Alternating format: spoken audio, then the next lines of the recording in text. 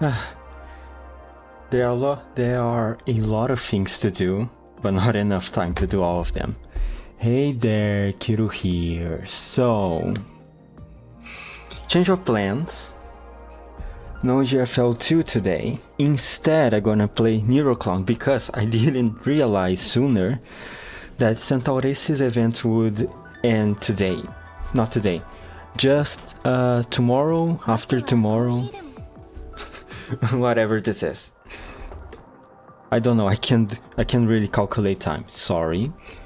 So, because of that, I decided that I'm gonna read the story of the event right now.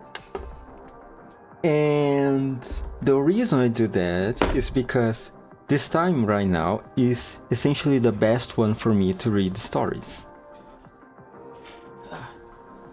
Okay. I'm still not really sure how to organize my whole schedule for this stuff, but I believe eventually I'll find a way to organize everything very neatly. Meanwhile, okay, there are no fighting stages. I believe I already unlocked all the story, so all I need to do is read it.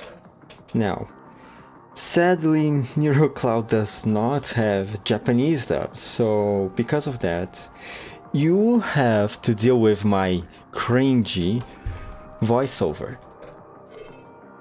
I'm very, very sorry in advance, okay? I do not want the children to hear. Cries of anger drowned out by cold gunshots. I do not want the children to see. Nameless flowers in white sleeping forever in a filthy trench. So, mother, this dove of mine might never return to its nest. But do not weep, for I know the spirit of freedom will always spread its wings in the light of daybreak. From the Diary of an Unknown Soldier. Chapter Scars, Wings, Daisies. In the Oasis Lounge. Lounge? I think lounge is the correct pronunciation. The morning sunlight pours in through the windows as Clotho enjoys a leisurely breakfast. Do you want some music to whet your appetites? Let me see. How about something jazz or blues? The light of daybreak ill suits your clamor, hell. The gentle sunlight, the fresh scent of grass, and the vigor of life is the best depiction of the dawn. Man, now that I think about it, Clotho and Nemesis, I think they would be very good friends. And also, they would duplicate Krolik's nightmare. How about a little ditty then? Harry switches her Neurocloud to broadcast mode. A brief silence later, her vocalizer modules begin playing a European nursery rhyme. The music fills the room with gentle warmth, making listeners think of snow melting and flowers blossoming across a certain little European city. When you left, the flowers withered. When you left, summer gave way to autumn. Those who ran to the battlefield, where do you rest now? Whether the world is lush and green, whether the world is a stark pale white, whether it is night or day, I will be waiting here for you to return. May the gun smoke have faded when we meet again. May the fires have burned out when we meet again. Though it is indistinct at times, the music still resonates with the memories of good old days, painting the lounge in quiet shades of melancholy.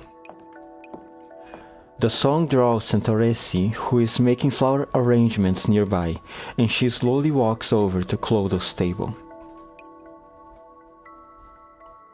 This song? Do you like it, Centauressi? I believe this song came from a place where you once lived. Yes, I should have heard this song before, but... Centauressi recalls a certain war-torn town in winter, broadcasts through ancient speakers the endless sounds of gunfire, explosions, which shake the very world and the gloomy overcast sky. It seems so familiar, but why? Why can't I remember anything? Countless images flit through Centauresse's mind. The fragments of memory scatter like they were blown away, and she cannot hold on to them. Ooh, little PTSD, huh? Her core heats up, the image from her memories overlaps with the view of the lounge, and her footsteps begin to wobble. My head, it hurts.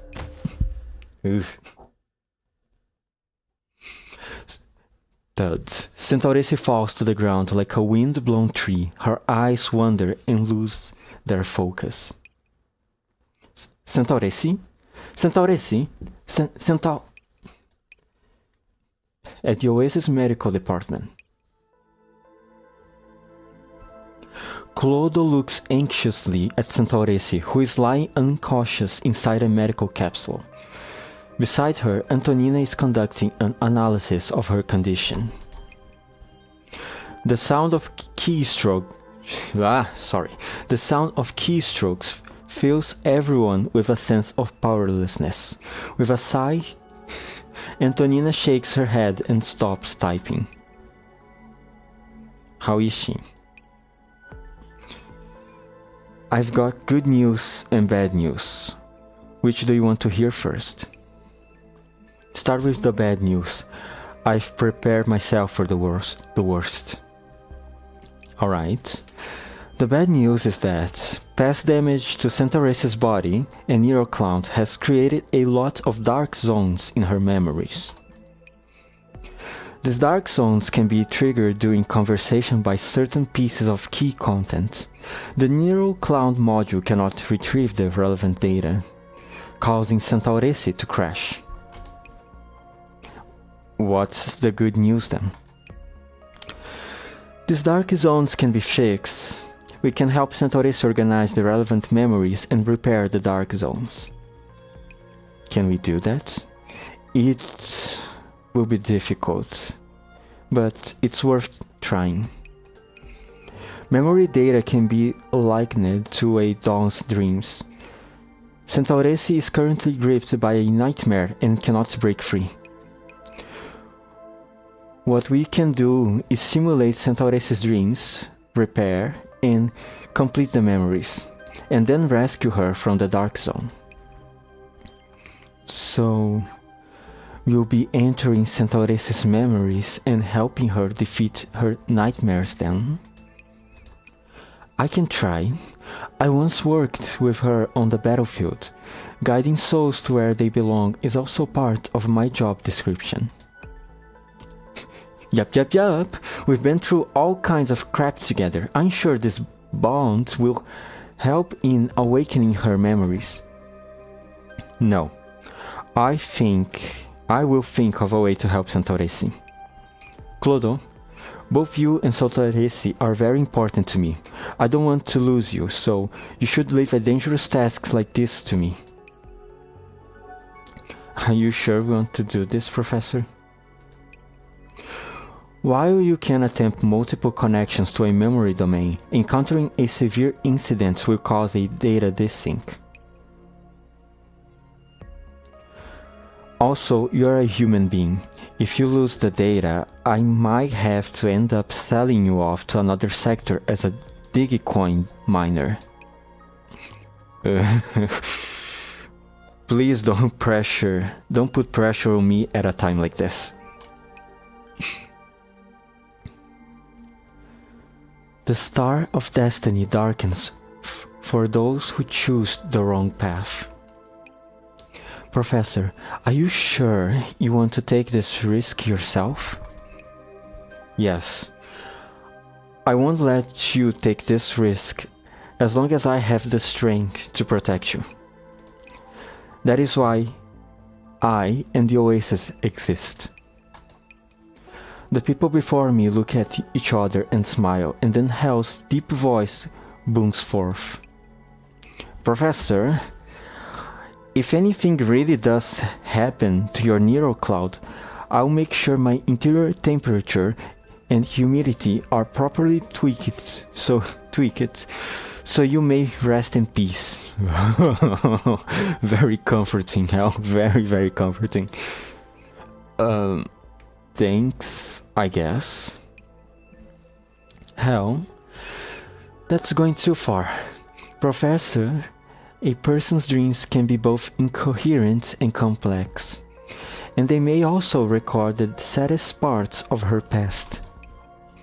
No matter what dreams may come, I hope you will return safely from them. Oh, thank you, Clotho. Yes, I promise. Antonina quickly enters the relevant data for the memory domain and connects her computer to the medical capsule. Sister initialization complete. Operational data normal.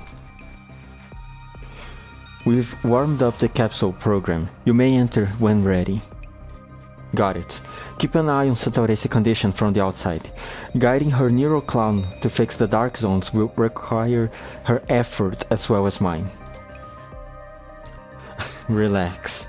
If I detect any abnormalities from you or Centauressi, I will cut the program ASAP and wake you up.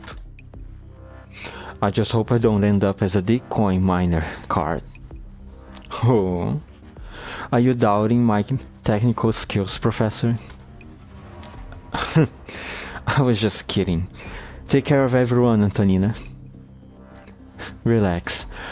I've always been able to bring everyone back from even the most dire situation. I'm sure it will be the same this time.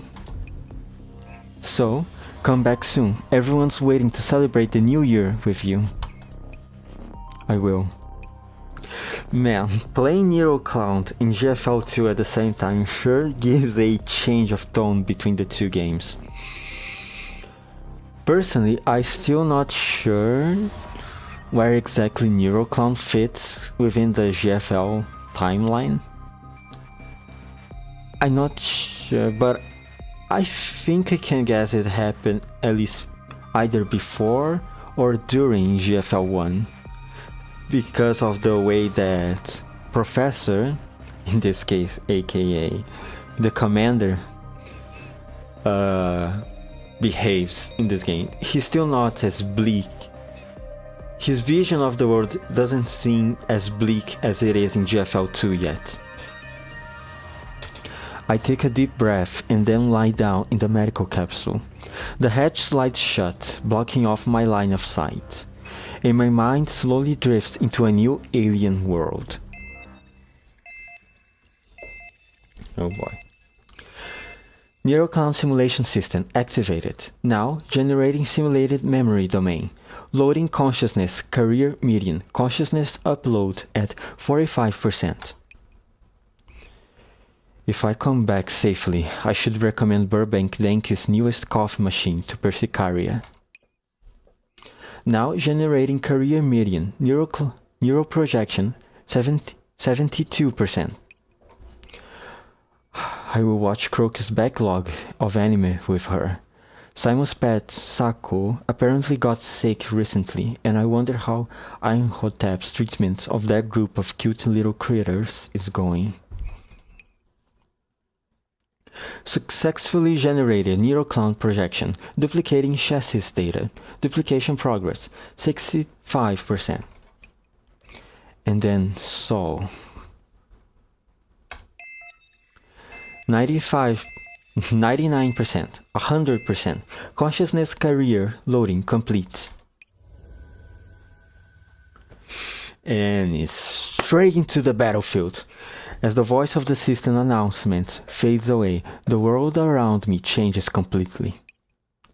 I thought I'd be dropped into some European officer's garden, having a cup of English tea with a slice of chiffon cake, as I awaited the appearance of the maid doll. However, the scenery before me is a little different from what I anticipated. Scattered doll's limbs are strewn all around me as the thick, clawing scent of rust and metal fills my mouth and nose. Electrical humming and crackling fill my ears as the dizziness and discomfort slowly fade away. All I see around me are burned out ruins that have clearly been through war and bloodshed. This is no officer's backyard. Rather, it is a place I've known well since I was a child. A battlefield, teeming with screams and despair.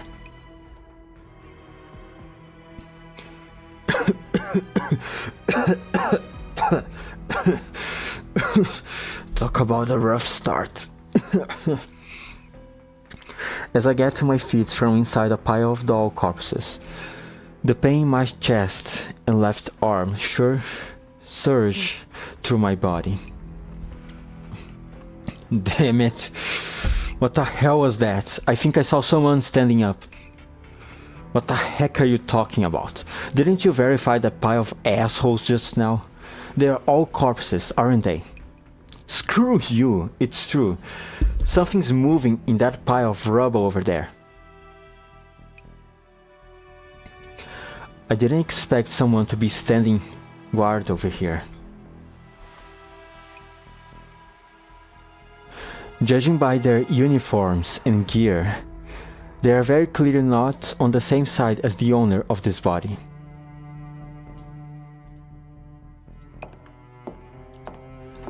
The sound of the soldier's footsteps presses in. All I can do is lower myself and use the rubble to block the enemy's line of sight. The sound of a round chambering is exceptionally loud in the silence of this broad street. Dang it, I see someone over there. I quickly compile a plan for what I will do if I am spotted.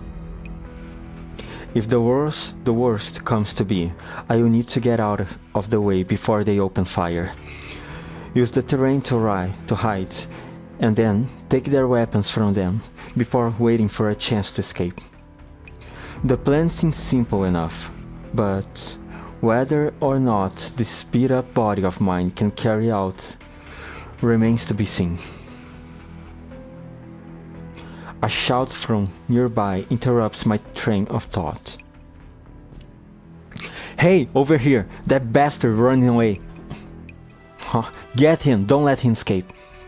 After the lead soldier gives his order, the men behind him ready their weapons and follow him into the alley to capture their prey.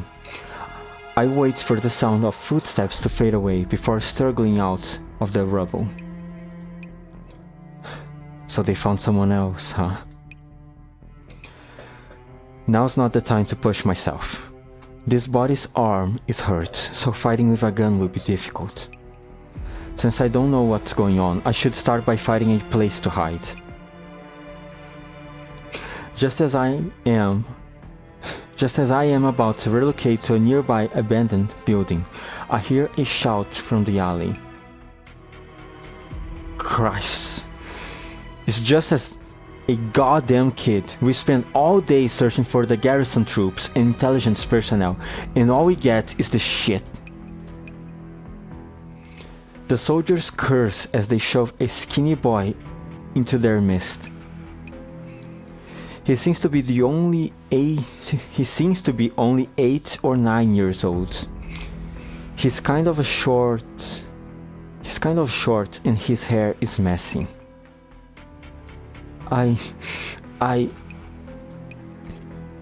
You wasted our time, you little shit. Do you know how valuable it is? Forget that, let's just do him in right now. They mercilessly point their guns at the boy, faced with this unaccessible despair. All the boy can do is tremble and close his eyes. Talking about change of tone, Jesus Christ. There is a gunshot, but the pain that the boy expects does not come. Oh, the boy opens his eyes to find himself curled in warm arms, having narrowly dodged the Reaper's scythe. Huh? What the heck? Where did this bastard came from? Wait, that face. It looks kind of familiar. It's the commander of that Spec Ops intelligence team. I know you. You're dead. We killed you. We killed you. Well, I made it. The left side of my chest hurts from the exertion. Although my sense of reason is telling me to flee, my body has always had a habit of acting faster than my brain could keep up. Even though I barely managed to dodge the gunshot with a jump just now, I know I've never been the lucky sort. I can't put any strength into my left hand now. All I can do is barely hold on to the boy. Damn it! Who would have thought we would run into a jackass who walked right up to us? Find them. To hell with both of you. In this critical moment, a silver gleaming dagger slices through the air and neatly severes the soldier's carotid vein. Carotid vein. Before the second soldier can respond, the knife's owner is already upon him. After filling him with a side kick, she swings her knife and ends the enemy's howl of pain. Ah, who's that? My gaze travels down the cramped alleyway, and I spot a glint of light at the alley's entrance. Oh, CENTAURESS'S, she's already here. Alright. The person standing there is a girl with blonde hair and blue eyes, elegantly dressed and glaring at the soldiers in the alleyway with a cold, keen look in her eyes. By the way, for whoever isn't familiar with GFL1 and NeuroCloud, you will become familiar with CENTAURESS'S very, very soon. She must have been coming in GFL2 in maybe the next patch. Maybe in the next patch or in the patch before the next patch, if we will be following the CN schedule, which I don't think we will, but either way, she will be coming soon. No matter the situation, seeing her with a G36 rifle in hand has always been reassuring. Pardon my lateness. The girl's face matches up with my memories, but her attire is completely different from her usual elegant maid's uniform. This outfit of yours. Bang bang bang! A hail of gunfire interrupts the girl's words. She quickly raises her rifle and counterattacks, her figure leaping swiftly through the darkness as shell casings and enemy soldiers drop to the ground at the same time. Once the fighting is over, she looks back at me, her voice as stern and clear as I've always remembered. I am CENTAURESS'S.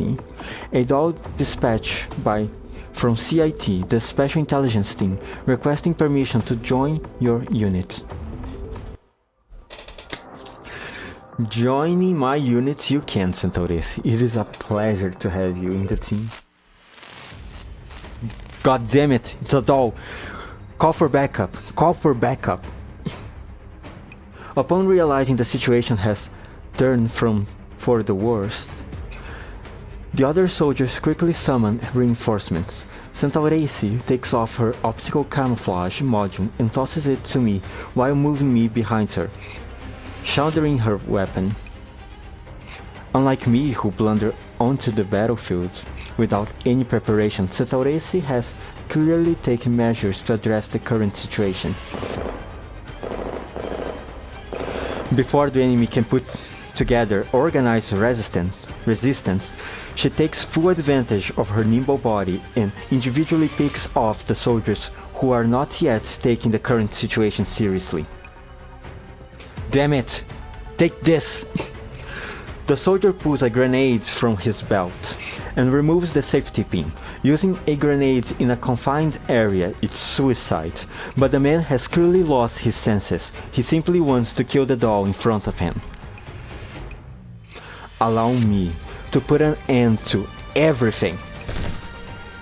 Centauresse pulls the trigger, and her shot strikes the grenade dead on, nipping the suicide attack in the bud. Oh boy. The soldiers caught in the blast crumble to the ground. Meanwhile, we use the clouds of the smoke to conceal our escape from that alley of death.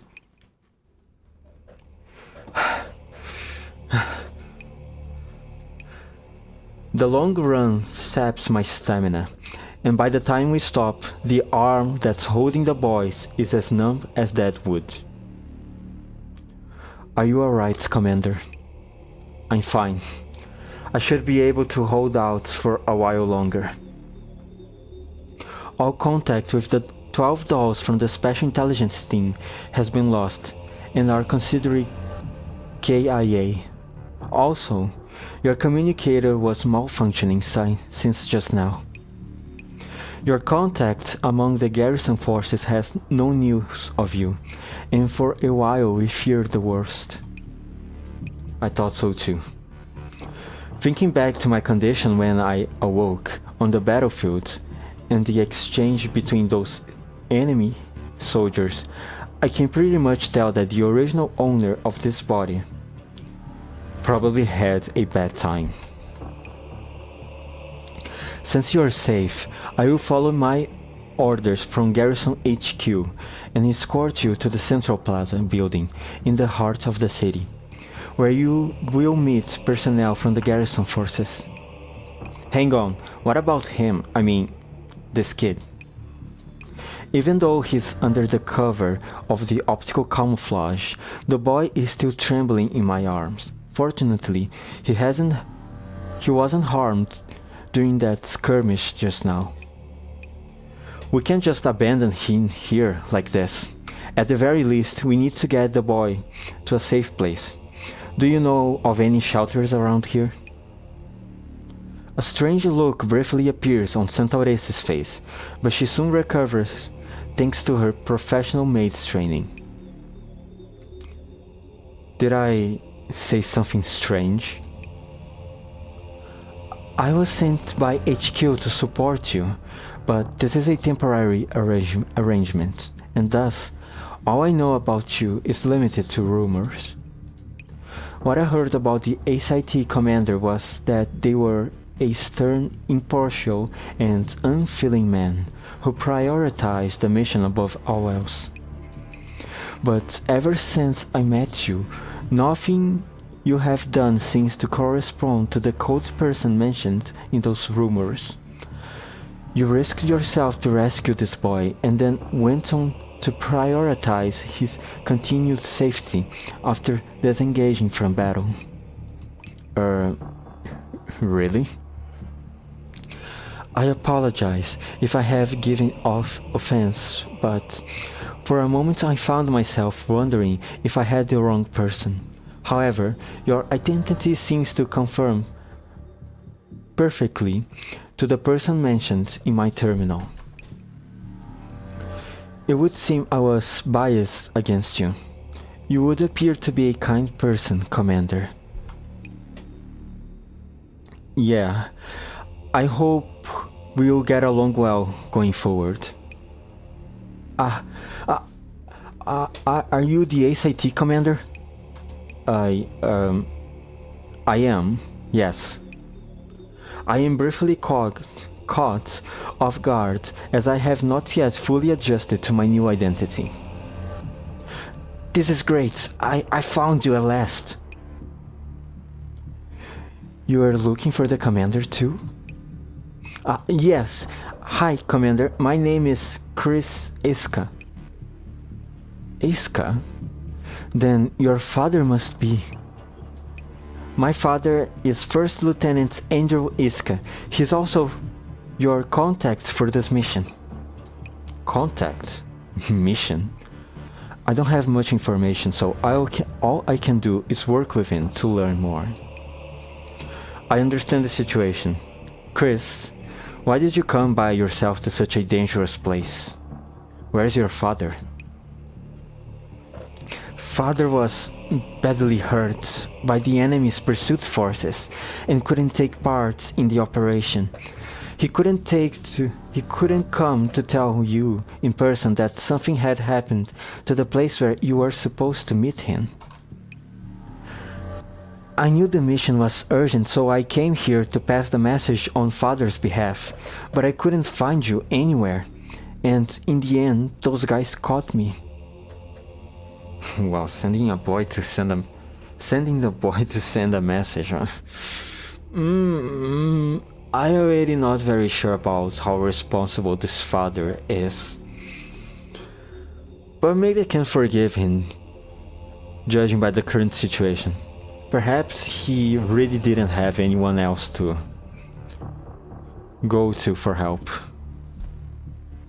Or maybe anyone else to rely on. Things are becoming clearer and clearer. It also explains why this body's owner just so happened to be where Chris was. Then, where's your father now? He's at the Hands of Venus, the hair salon in town. It used to be a dead drop for Dad and the others to pass secret messages. But right now, doing this voice is a little difficult. Excuse me. Alright. But right now, the only person left there is a doll called Tony. Tony? A hair salon? A lot of hairdressers in the real world were called Tony. And there's just so happens to be one such doll on Project NeuroClown's names list. The familiar name makes me think, what if... Okay, about this, a lot of the hairdressers in the real world were called Tony. I think, if I remember correctly, this game is Chinese, okay? So in China, I believe I heard, sorry if I'm remembering it's wrong, but it is common for people to have a Chinese name, and then for some people to have a Chinese name and a American name. And Tony, it is indeed a very common American name for a lot of hairdressers in China. And that's why it says it's a common name for hairdressers here in the game. I might be remembering wrong, so don't quote me on that, but I think that's the reason why he said that. He wouldn't happen to be a pink-haired doll that looks like a teenager, would he? Yeah, that's him. I heard he works for Universal Anything Services and specializes in hairstyling. Also, by the way, I just realized I'm streaming NeuroClown just out of the bed. Since I personally already have played the first main chapters by myself before I even came up with the idea to start streaming. Whoever is watching this, I hope you're already familiar with NeuroClown, because I can only manage how many names are being just trolled into you, and you have no context of anything. I'm very sorry for that, very, very sorry. But I don't plan to play the first chapters again, okay? I just gonna roll with it. Looks like that's him. For someone who can fight or protect himself, being in a war zone is the worst possible outcome. Commander, why did your expression suddenly change? No, it's nothing. Chris, can you lead the way for us? At the hand of Venus. Wow, this place sure is looking very... It's looking very good, for sure. It looks like a VTuber room. The tiny establishment is filled with the smell of blood and cordite. Yep, for sure, a VTuber room, 100%. The soldier who is stoically enduring his wounds leans against the corner of the room. Tony occasionally glances outside, a look of worry in his eyes. Don't worry, that boy's always been lucky. I'm sure he will bring them back. Speaking of which, there's one thing I've been wondering about. Why does a saloon like this have the name Aphrodite's Hand? The owner named it that way. This is a plain and tiny store. The only way to draw customers is with a name to contrast that. The lieutenant's remark seems to lighten the air a little, and the two of them once again look outside the saloon. This is my first time seeing Tony in a story, by the way. He's a new character. He just got introduced in the stage. I did got him. I finished most of the combat stages by this point, and I pretty much already unlocked him. But it is good to see one of the dolls featuring in the story. At least I can have a better grasp of their personality this way. Just like Tony said, there is nothing particularly eye-catching about these hairdressers. It's simple and plain in appearance, from its furnishings to its sign. Maybe I should bring some water. All this reading is sure having an effect on me. The sole reason it has a niche in the city is entirely because of Tony's outstanding hairstylist skills.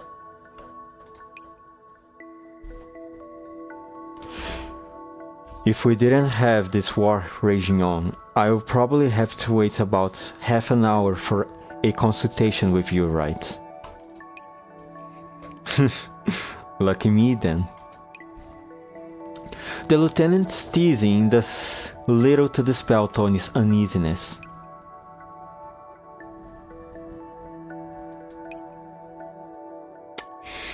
Your wounds. Let's treat them a little more, Lieutenant Iska. Bright red liquid oozes out from the freshly changed bandages, flowing down toward Lieutenant Iska's fingertips, which are blackened from soot. It drips on the wall he's leaning against. After the bandaging is complete, Tony looks at his trembling, blood-stained hand and spaces out. This is the first time he has felt the weight of a life. Before this, those hands did nothing but create beauty. Thank you, Tony. Right now, the enemy troops within the city are going all out against the defending forces and intelligence personnel. I feel ashamed of having to trouble you to take me in at a time like this. It's nothing. Just think of it as a special service for an old customer. Speaking of which, where's the owner? I haven't heard from him for close to 3 days. If I still don't hear back, I should probably pack up and return to UAS. Not even the owner was spared, huh? You could say the leak of the intel name list was a fatal blow to us defenders. Lieutenant Iska closes his eyes to think, but he can't keep the depression out of his voice. It's been nearly 3 months since the enemy took the city. The only reason why things have dragged out this long is because the defenders have been conducting guerrilla attacks with the help of the Intel Bureau. If reinforcements don't arrive soon, we may have to abandon the city. He opens his eyes and his gaze rests on Tony's freshly packed luggage. Those guys don't show mercy to humans or dolls. They massacre civilians and even rip out dolls' cores to do whatever to them. Go now, if you're going. Tony, you're a one-of-a-kind stylist doll. The sooner you're out of this godforsaken hellhole, the better. Is it really that bad?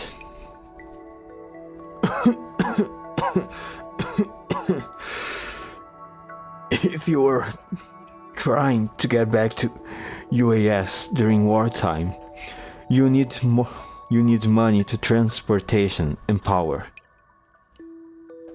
At this point, Lieutenant Iska takes off his watch. It's old, but it's plain to see its owner has been taking good care of it. Tony knows that this watch was a commemorative gift the lieutenant received for 10 years of service. Much like the medals on his chest, it holds a unique meaning for him and represents an unequaled honor. Take this watch. It's useless to me, so think of it as a tip for today's consultation. Tony is at a loss for how to react to this sudden gift. Upon seeing him hesitate, Lieutenant Iska presses the watch into Tony's hands. Tony, please, allow me to thank you once again for saving my life. That said, it would be better if you were half as good with bandaging as you are with hairstyling. If we make it through this war, I would like to teach you more about that side of things. Lieutenant, let me give you a makeover after everything is done. I want to make up for today's regrets. Oh boy. Tony's words are interrupted by a sudden explosion. It is followed by a hail of gunfire and the thuggish shouts of soldiers. We have a situation. Lieutenant Iska uses his gun to lift his battered body to its feet, then moves to the window to see what's happening outside. Judging by their weapons and clothing, the enemy troops outside aren't from the squad that was going after him earlier. They are cursing and firing. Apparently, they are trying to capture someone. That's Chris. And those two are the commander and Centauressi. Without any hesitation, Lieutenant Iska brings his rifle to his shoulder and lays down, covering fire for them. Bang, bang, bang, bang, bang, bang, bang, bang. Despite his wounds, the lieutenant's long years of training and experience do not betray their master. Lieutenant's precise shooting puts a gap in the trooper's encirclement. Centauressi does not let this opportunity slip by and darts into the momentary opening, pulling her trigger to wipe out each and every enemy trooper in tandem with the lieutenant's shooting. Commander, hurry, over here. Dead. My god. Ugh, so cringe. So I need to make so many attempts on voice acting. I can't even fathom how cringe this might sound. Chris wriggles free of my arms and runs into the saloon. Worriedly checking on his father's condition. Thank you for your help, Lieutenant. This is no time to be standing on ceremony, Centauressi. And also, you must be the commander of the SIT, right? When we lost contact with you a while back, we were all worried about you. I'm glad you're okay. I step forward to shake the hand of this dark-skinned titan among men and express my gratitude for his timely assistance. Yes, I'm glad to meet you, Lieutenant Iska. Your reputation precedes you. Your forces have benefited greatly from the help given by your team. We've only held out as long as we have because of your aid.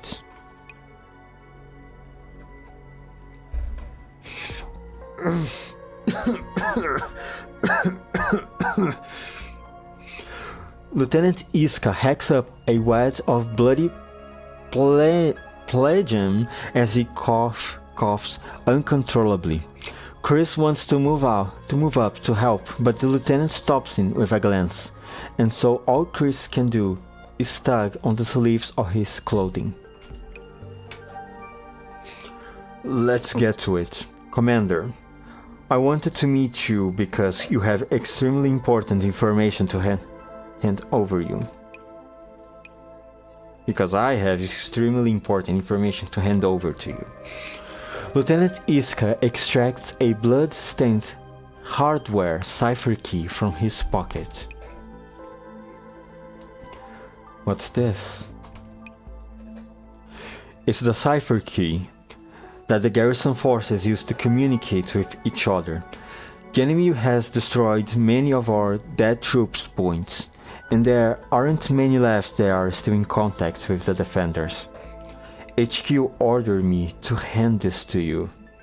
I ensure we can continue future operations. There's a small safe house outside the city. Centauressi knows the exact location, and she can take you there. Once you unlock the encrypted intelligence gear there, you'll be able to communicate with the defenders' intel people still inside the city. As for our future operations, well, that's at your discretion, Commander. He solemnly hands me the key, his eyes blazing like torches. Without any hesitation, I clasp his hands, which are stained with mud and blood. I understand. You have painfully completed your mission, Lieutenant Iska. Once again, thank you for your help, Lieutenant. I will escort the commander to the safe house. And you must be Tony from Universal Anything, right? Do you happen to have any ammunition, or can you provide any other aid? My lovely customer, this is a hairdresser's. What do you take this place to be? Wait a minute, are you the Butler 36? The domestic services doll equipped with combat modules? Is there a problem? If I'm not wrong, those guys are turning the entire city upside down searching for you. Oh, they are searching for her? Why? Ah, hell. Oh, hell. I'll better get going. If I would know this would happen, I would have... Shh! Centauress shushes Tony. After that, the sound of disciplined footsteps draws closer, coming to a halt not far outside the hairdresser's.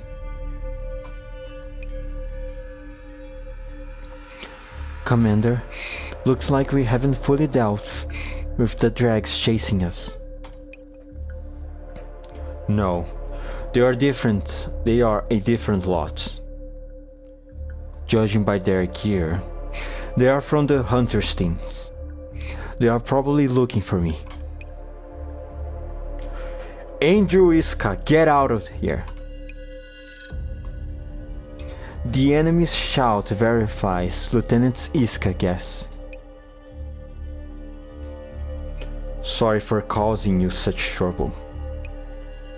Still, if they are only here for me, then why not barge in or blow the entire building up? My guess is they saw the sites of battle Centauress left in her wake. They won't act rashly because they are worried about ambushes. I see. What you say makes sense.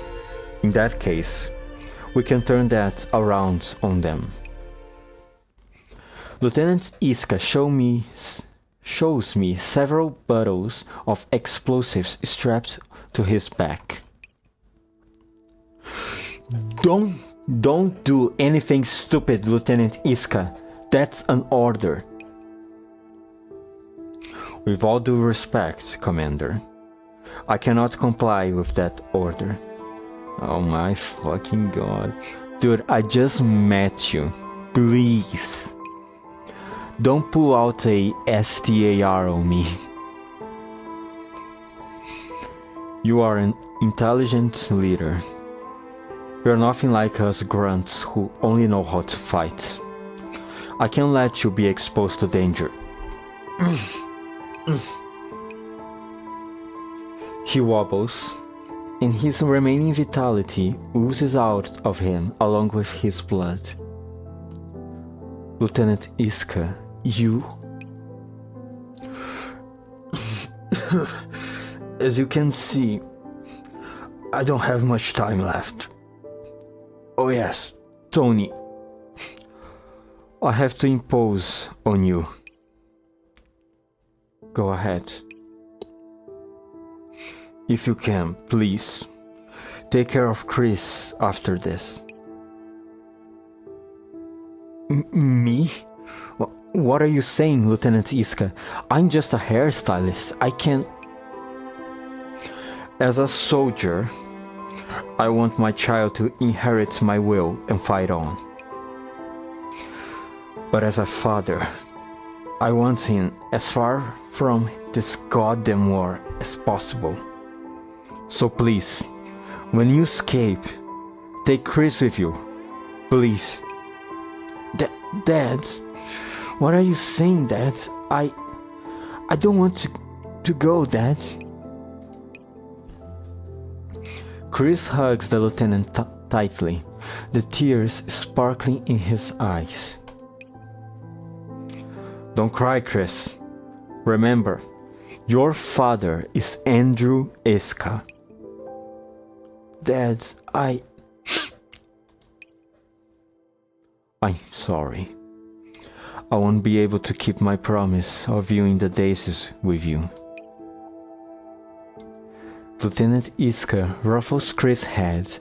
After that moment of tenderness, the steel and determination return to his face. For the last time, he adjusts the medals on his chest and then salutes us, one by one. The saloon door closes before our eyes. After that, we hear a haunting song. Is that a song from Vane's hometown? Whether it is night or day, I'll be waiting here for your return. May the gun smoke have faded when we meet again. May the fires have burned out.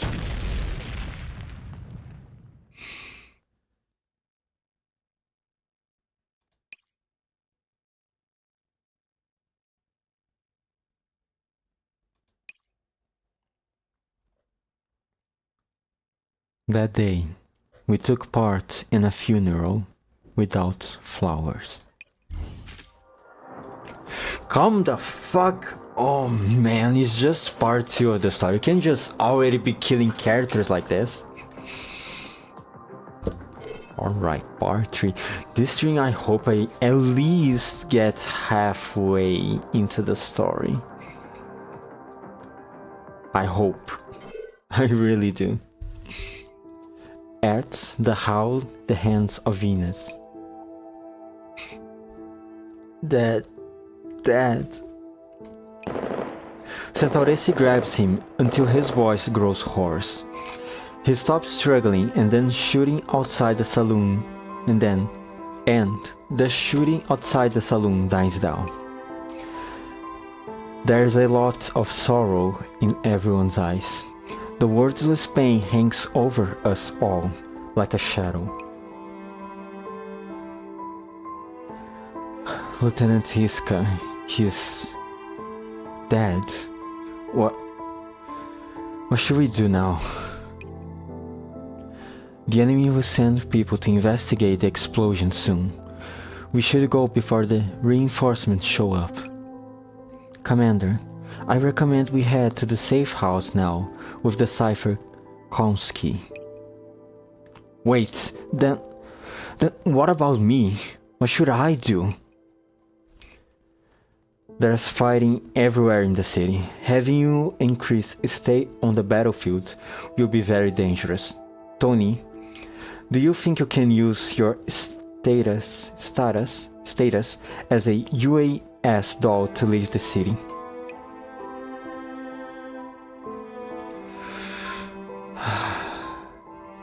If I were alone, I might be able to pass their checkpoints. But now... Tony glances over to Chris, who is still sobbing quietly, and he is silent for a moment.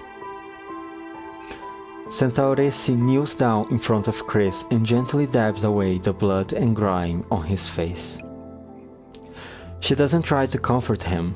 Instead, she gently scoops him into her arms and lets him cry as much as he wants. Indeed, you can't let his determination go to waste. As such, Centauressi will carry out the mission once we escort the two of you out of this place. No need to go to that trouble, Commander. I know a route that will take us out of the city. It's in the same direction as the safe house, Commander. Centauressi, do you have any information about this route? No, I'm not familiar with it. I have never heard of it before. But it really exists. Please believe me, Commander. Also, I also know a few shortcuts leading to the safe house. Please, Commander, take me with you. Chris' little fists tremble as he clenches them, and the tears well up in his eyes. I choose not to point out his lie. Instead, I ruffle his hair and smooth out the creases in his clothes. I believe you, Chris. Take care of us, okay? Alright. No, I mean, yes, Commander. Chris smiles and then he bows awkwardly to me. Well, that's Chris taken care of. What do you plan to do next, Tony? As for me... Tony seems a little dozed out and he stares at the blood-stained watch. Then he shakes his head and smiles bitterly. I don't want to disappoint Lieutenant Iska either, so I'll go with you. Even though I can't really do anything to help. Indeed, you cannot fight as you have no combat modules, thus I shall entrust the task of taking care of Chris to you. While it may be true, hearing that straight up kind of hurts my feelings. You are as kind as I remember, Tony. Did you say something, Commander? No, it's nothing. Welcome aboard, Tony. Time is tight. Everyone, get your things together and then we'll set out for the safe house outside the city. Yes, Commander. Ooh, snow. Ooh, this is not good. Traveling with a kid and a wounded human on a snow place. It's not very good. It's not a very good situation, especially in a war zone. Is this the safe house the lieutenant was talking about? If nobody had told me beforehand, I wouldn't have believed this unassuming little shack was a vital communications point for the defending troops. From the surroundings, we seem to be in a cusp of winter turning to spring. The heavy snowfall on the mountains is a form of natural protection for us, silently and cleverly concealing our trail.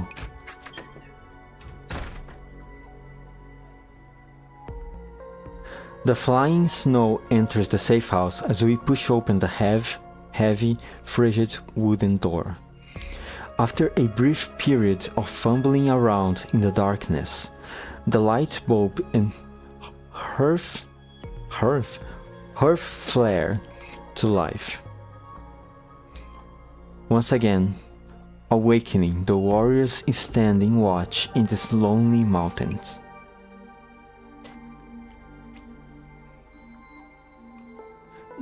Little fancy little place, I would say. Seems kinda cozy. Maybe not very well kept. I also have to take out a few points because of the spider webs. The gigantic spider webs, by the way. Holy shit, look at the size of that thing. There's another one up there. Just now I noticed. Well, hopefully nobody will be pursuing us for the time being.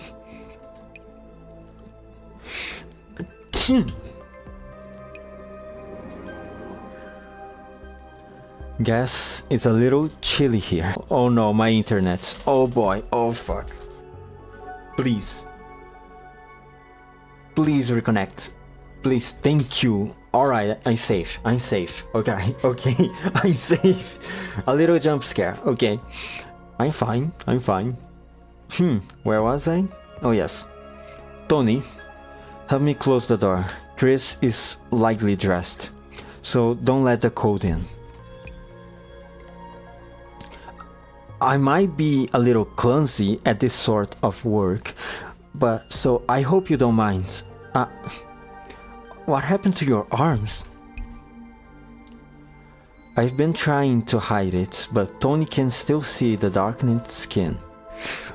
Ooh, it's darkness. Oh, it's darkened skin. Yeah, that does not looking good.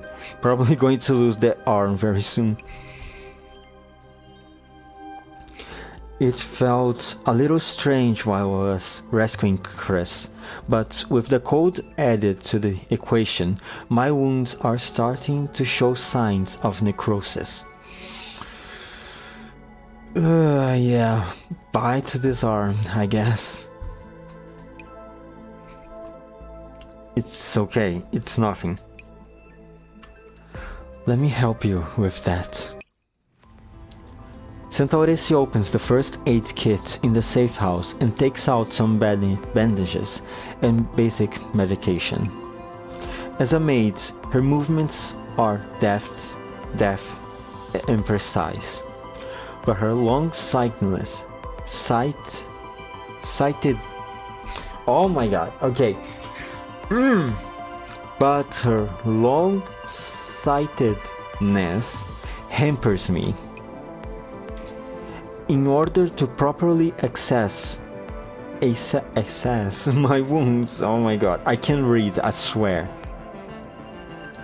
We occasionally leans back a little and squints. She occasionally leans back a little and squints, trying to ensure she hasn't missed anywhere out in her applications. This familiar and yet adorable sequence amuses and draws a laugh from me, which I immediately hide with coughing when Centauressi questions it.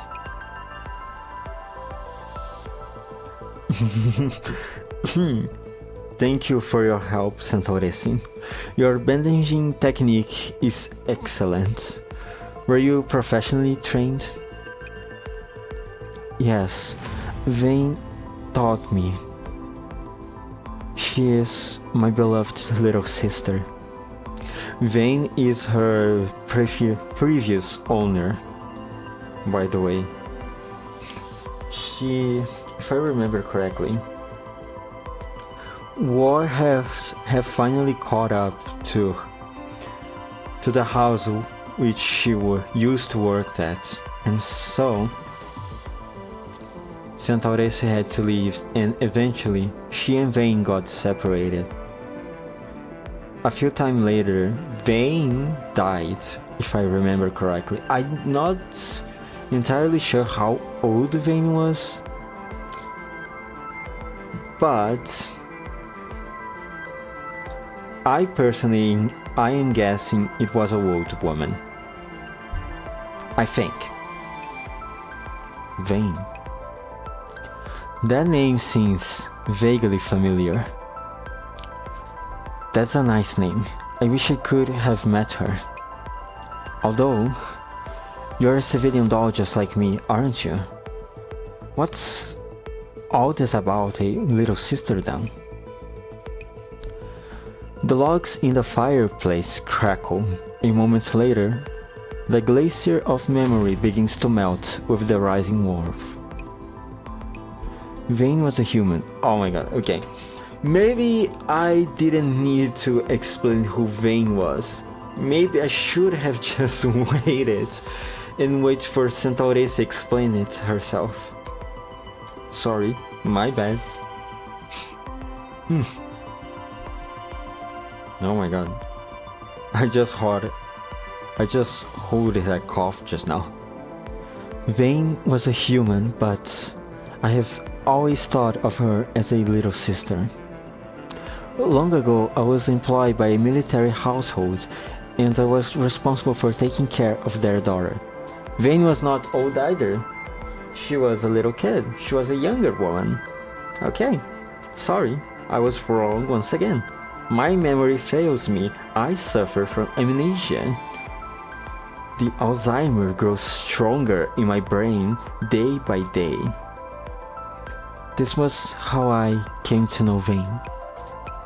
She was a kind and sympathetic girl, and she always treated me as part of the family, even going so far as to call me her big sister. Vane loved. She loved drawing. She would drag me to art exhibitions from a young age, where she would enjoy works from various artists. I like drawing too. No one asked Chris. Stay there in a fetal position near the fireplace, please. Sounds like you and Vane will have become friends if you've met. The snow on Centauress's blonde hair melts and falls into her palm. Come to think of it, Vane liked dressing up as a boy. Apparently, her father got her into the habit. She had something that looked almost like what Chris is wearing now. I think I get what Big Sis Vane was thinking. Chris' words subconsciously draw Centauress's attention. No, that's it. So, where is Big Sis Vane right now? Vane ended up following in the footsteps of her parents in order to put an end to the war. After graduating from officer school, she was determined to head to the front line. We kept in touch at first, but as the fighting spread, I couldn't even contact her anymore. There is a hint of sadness and confusion in her tone. I believe that Vane is still alive. As long as I keep looking for her, I will be reunited with her again someday. I hope that when the day comes, Gunsmoke will no longer hang above our heads. I don't get it. Why would Vane do something so dangerous? Someone like her could have easily taken refuge somewhere safe and waited out the war, right? Nowhere is safe now that the war's come this far. She chose to actively intervene to prevent more senseless tragedies from taking place. Tony frowns. Clearly, he still does not understand why the girl before him chose as she did. Is that why you're in the battlefield, Centauresse? But you're still ultimately civilian youth services, though. Sorry. Oh my god, I can't read.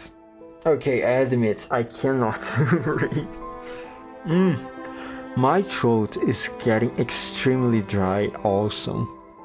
Maybe after I finish the chapter, I'm gonna do just a quick little pause to fill up my bottle. And then come back to it. Is that why you are on the battlefield, Centauresse? But we are still ultimately civilian youth service dolls.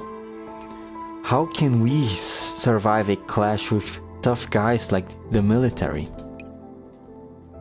If you get hit by an EMP or something, you will probably die without even knowing what hit you. Even so, I still have to do it. How about you, Tony? Why are you here? I have something I want to do too. The sound of the wind and snow drowns out the rest of Tony's words. He walks over to the window, gently wipes the condensation away, and quietly studies the countenance of Hurt staring right back of him. Okay, quick pause for me to fill up my bottle. I really need it right now. Let me just mute my mic real quick.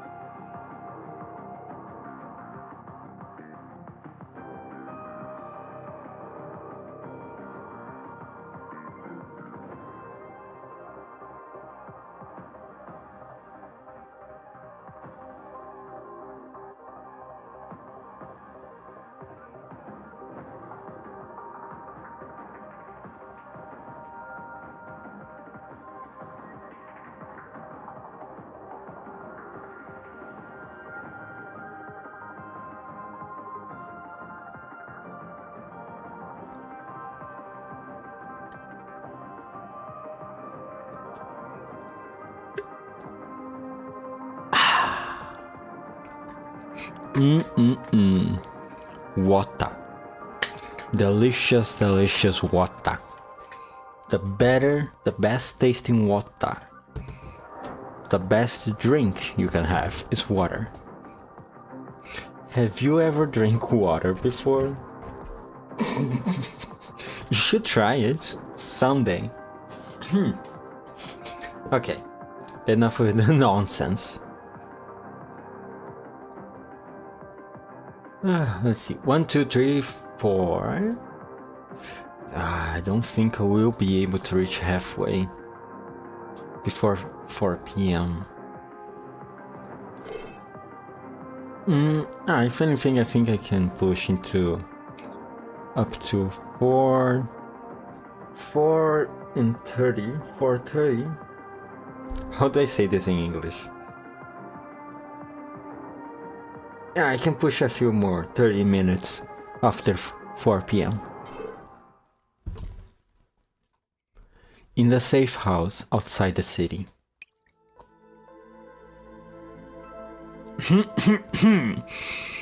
Well, time is getting short. We best contact the Defender's Intelligence Department ASAP. Tony takes Chris some distance away so as not to disturb us while I begin studying the cipher key that Lieutenant Iska gave me. The key uses encryption technology that was widespread several years ago, and the radio set it fits in is clearly old as well. So it's an IEC-13 encrypted radio set. If I'm not wrong, it's a military-grade piece of comms equipment that was popular in certain regions. I wonder if this thing actually exists. Let me try to search it up really quick. IEC-13.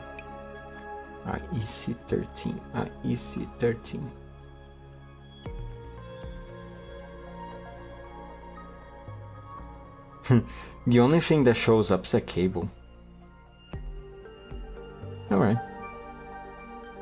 Its encryption is a little dated, but it's still hard to break, which makes it quite reliable. The SIT uses communicators that prioritize portability over security. Our communications with the garrison troops require more secrecy, and as such, we use encrypted radio sets from fixed safe houses to speak to the defenders in order to prevent comms from being intercepted by the enemy. Please activate the encryption key with your fingerprint, and then insert it into the radio set to activate it. Centauressi patiently gives me a suggestion on what I should do next after she discovers that I've been struggling with the key. Thank you so much, Centauressi. Thank you so much for being so reliable. Ah, so that's how you do it. You might be too used to normal communicators, so please allow me to handle this. With Centauressi's help, the radio set is soon up and running. She doesn't seem to notice any abnormality on my part, and even enters her own 26 character code when needed. If I had to figure it out by trial and error, the set would probably have locked up from multiple wrong entries. I don't have a radio fact. Actually, this is a good idea. Maybe I should start looking up for voice effects to do these readings. At least the radio one. But then again, I will have to configure some hotkeys for me to be able to access them. It's something that I will think about. Let's see. This is Public Search Channel 8766, a lighthouse pointing the way home for lost exiles in times of war. Leave the information of the missing person and we will spread it over the channel for you. May you be reunited with your loved ones soon. Please leave your message after the beep. The system's automatic broadcast plays, delivering a heartfelt blessing in cold, unfeeling tones. The letters and wine for the soldiers must be packed separately, because the letters might not necessarily find their recipients, but the wine will. Message received, now transferring you to an assistant. The highlight of this communication is the exact meeting time with the defenders and the next steps of the operation, Commander. Got it. There is a burst of static, and then I hear a growl over the encrypted radio set. Her voice is youthful, but her tone is stern and professional. Order acknowledged by Messenger Pigeon 36. This voice is no fucking me. It's Vayne, isn't it? The speaker's voice surprises Centauressi. She is not sure if it sounds so familiar because of a fault in her memory module, or if it's a figment of her imagination caused by thinking of that person. She wants to speak up and ask for confirmation, but the commander is interacting with the speaker now, and she has no right to interrupt. More to the point, if the speaker really is Vayne, then rationally blurting out her real name will only increase the risk of her being exposed. What should I do? As Centauressi frets and hesitates, bits and pieces of her past interactions with Vayne begin surfacing from her memories. Racy, your skin's scratched. Did the kids from next door throw rocks at you again? I will go yell at them. It's alright, Vane, it doesn't hurt me. Huh? It doesn't hurt you? But how could it not hurt? You shouldn't have to bear this hatred. You don't deserve it. Racy, thank you for your hands-on tuition. My friends managed to pass with flying colors and we are throwing a party for you. I see. Then allow me to make the party preparations. There's no need for that. You are the guest of honor, so all you need to do is show up when the time comes. Some of the girls wouldn't even have passed if it wasn't for your help. Yay, for the pre-exam cram school.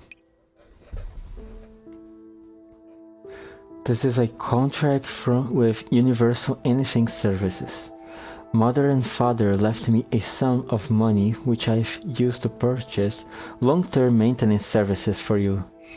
After you return, ownership will remain in my name, but you don't need to continue to work. You are free to pursue what you want to do. I have enlisted and am going to go. That's a phrase for sure. I am going to go searching for mother and father. Do not follow me, Racy. Don't come to the battlefield. This is my last command to you as your master. I am sorry that I was unable to say this to you face to face. I didn't dare. I'm sorry. Please take care of yourself.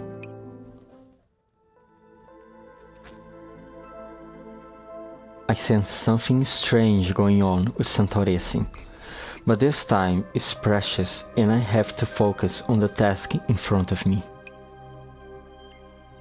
Oh, we have a sprite over here. This is the commander of the Special Intelligence Team. Greetings, Commander. This is Messenger Pigeon 36. I am glad to be able to make contact with you again. I believe Lieutenant Iska has already met you, and you already know of the status of the garrison troops.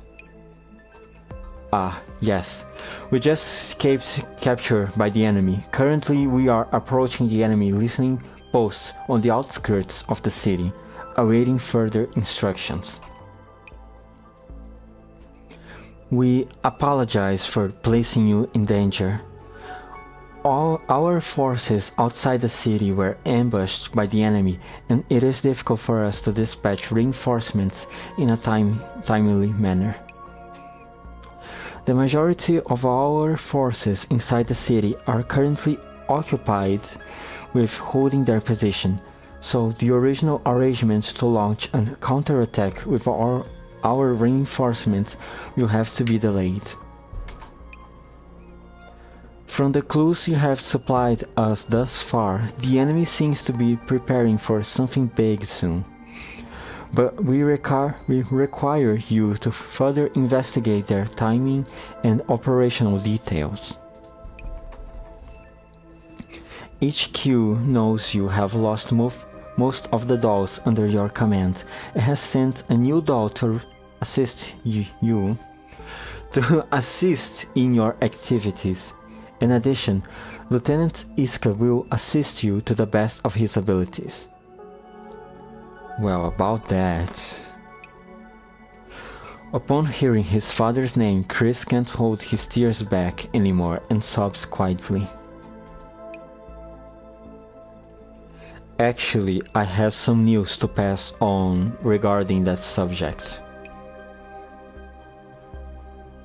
The other party clearly heard the crying and also understands the sorrow hidden behind my words. Is that so? Lieutenant Iska. The person on the other side of the line falls silent for a while before sighing heavily.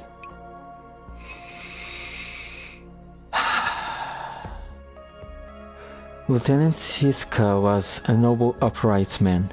He gave his efforts and his time to fighting for peace and protecting his nation. As I recall, he had a son. Is he with you now? Yes. If I send him out of the city, can I ensure his safety?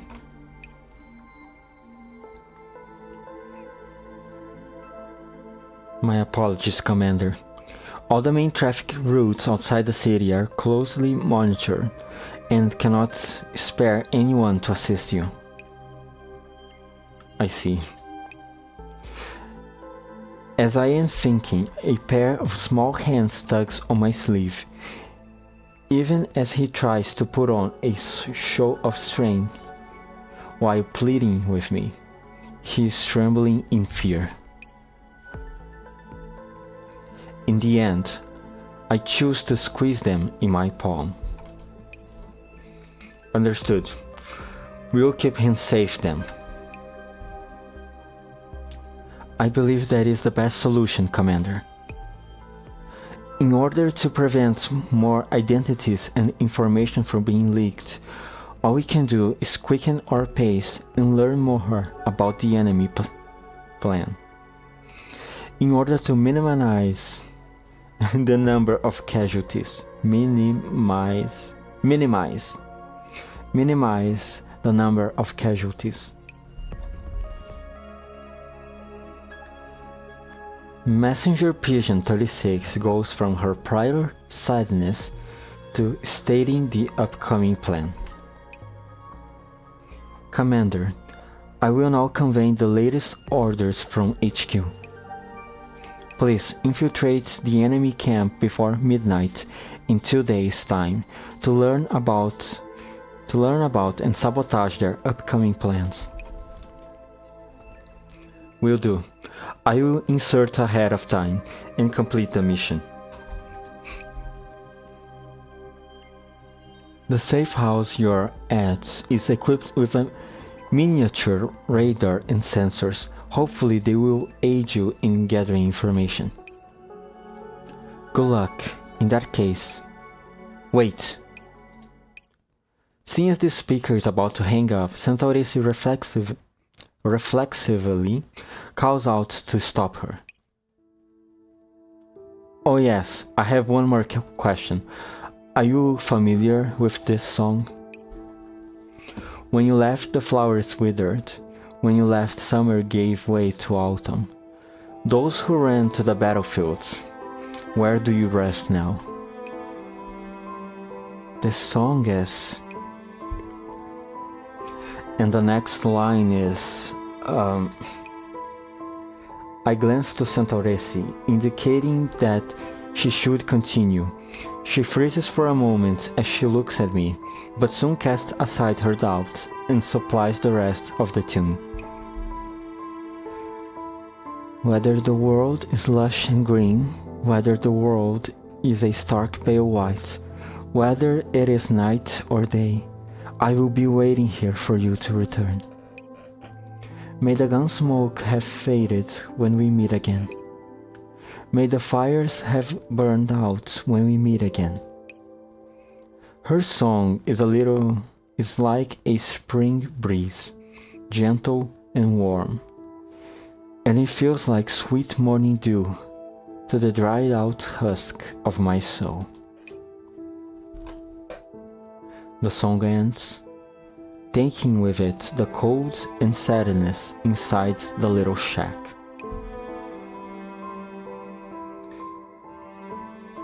It is a lovely song, is it not? In the past, someone dear to me sang this song to me as well. I didn't expect you to have someone by your side who knew it too, Commander. She liked to change the descending tone at the end to a rising one instead, supposedly to raise the spirits of the listener. You sang it like she did. This person is... Centauressi's core shudders like a drum, and a familiar name escapes her lips. A powerful burst of static interrupts the transmission. Although Centauresse tries her best to tune the radio set's frequency, the other side has already hung up. Her body wobbles. It seems her neural cloud is scrambled. I put a hand on her shoulder to try and comfort her. Thank you, Commander. I didn't expect her to notice that rise at the end. Could it be that she really is? She showed up right as we talked about her, so such coincidence actually happened? Are you sure you heard, right? I can't be sure, but I feel like this is the closest I ever gotten to her. After looking for all these years, I have found you at last, Vane.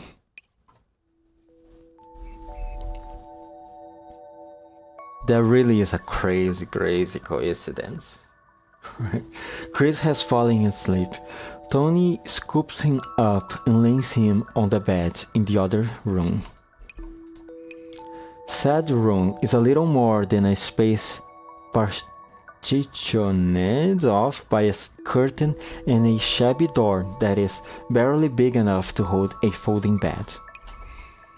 It might be too small for an adult, but it is just right for the 10-year-old Chris.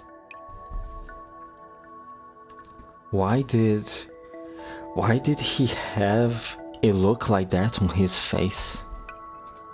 Tony recalls the smile on Centauresse's face just now and lapses into thought. He saw an expression very much like that not long ago.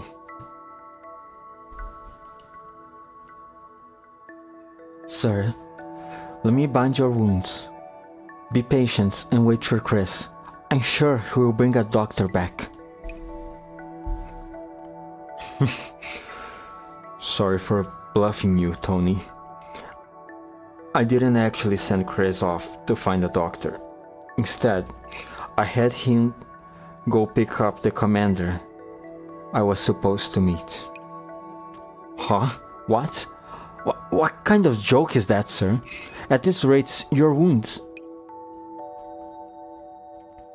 Iska didn't say a thing. He simply moves his hands off to tirelessly peel open his uniform tunic, revealing the gore-stained vest below.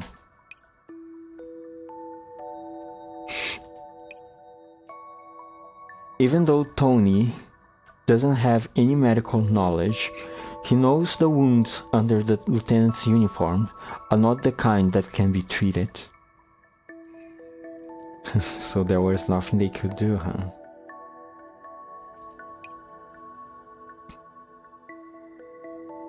There aren't any more medical dolls in the city. And all the friends who helped us before have all been shot or blown to pieces. Therefore, rather than waste more time on a dying dog like me, I'd rather find the commander ASAP and make sure no more innocent lives get drawn into the conflict.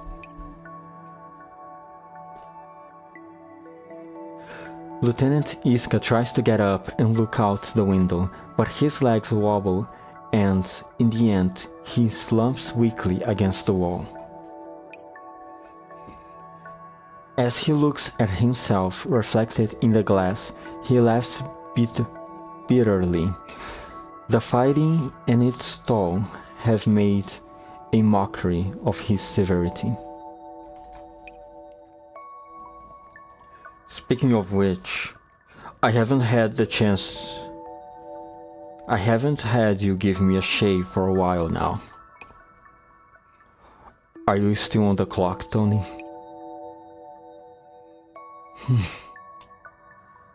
Only VIPs get 24/7 services, but for you, I can make an exception. Lucky me then. Tony opens up his bag and takes out the implements of his trade, which he spent several hours packing. Then heads over to the wall where the lieutenant is and begins to work with practiced skill. Supplies of shaving foam were cut off during the early stages of the fighting. I hope you can understand. As he begins carefully working on the lieutenant's face, Tony suddenly realizes that he hasn't looked closely at Iska for a long time. The kid who was whining about being a soldier and asking for a shave is long gone, replaced by a stalwart soldier who's been through all kinds of fighting to defend his nation. As the thought crosses his mind, the hand holding his razor trembles, and he accidentally nicks Iska's face. My apologies, sir. I hope I didn't hurt you. Don't worry about it. Actually, this is the first time I have seen you mess up like that. Got something on your mind? After seeing Tony clam up, Lieutenant Iska quickly changes the subject. I hear Chris is a big fan of your skills. Once the fighting is over, could you give him a haircut? Yeah, leave it to me. I'll be counting on you then, Maestro Tony.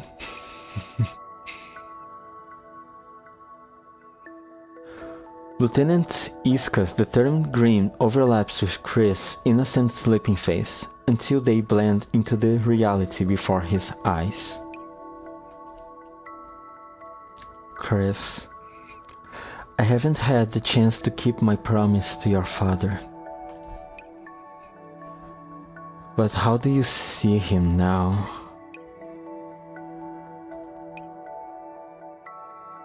Forget it. I won't disturb your rest anymore. Sweet dreams, kid. Tony gently pulls the blankets over Chris, then prepares himself to discuss Chris' safety with the commander. What he does not know is that his muttering will receive a response soon enough. In the darkness, Chris opens his eyes and looks outside at the roaring blizzard. Dad is a hero. He's a hero who gave his life to protect me. Dad, are you feeling cold now? Chris thinks of how his father ruffled his hair one last time before saying farewell, and then tears slowly roll down his cheek again. When nobody is looking, Chris quietly opens a window and sneaks out of the safe house in the night.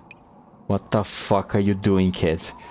Hatred, resentment, longing, all kinds of emotions blend in his heart and help him forget the cold as he runs toward the city that echoes with sporadic gunfire.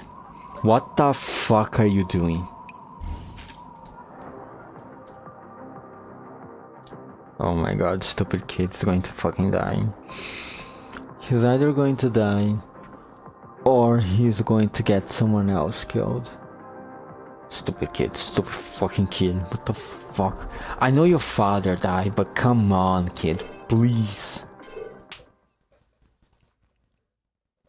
In the safe house outside the city.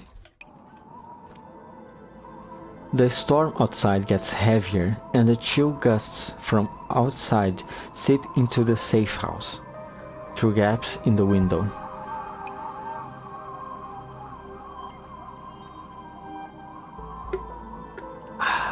What the? Centauressi is tuning the radar detector and her fingers are frozen solid.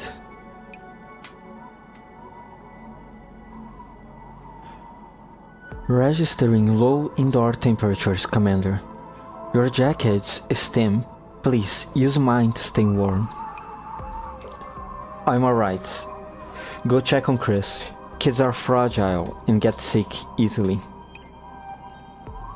Yes, I will go get him an extra blanket.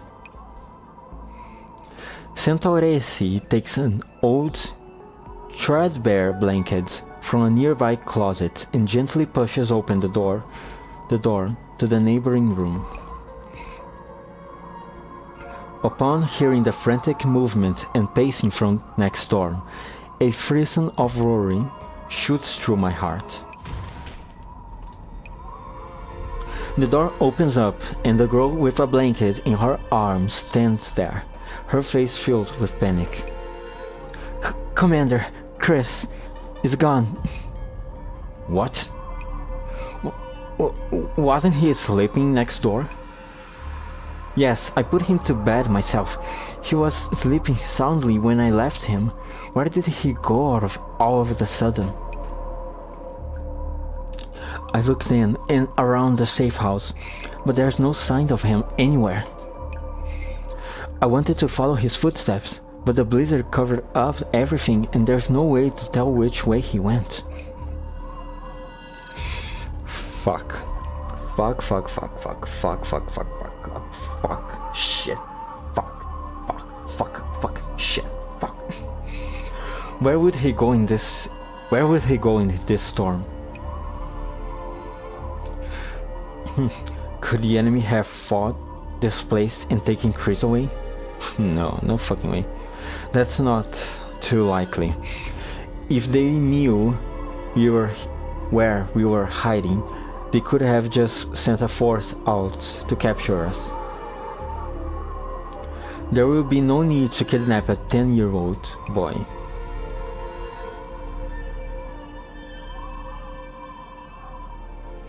Centauressi recalls the hurt look on Chris' face when he heard his father's name while they were talking to Messenger's pigeon. She immediately thinks of the hair salon in the ruins. The city.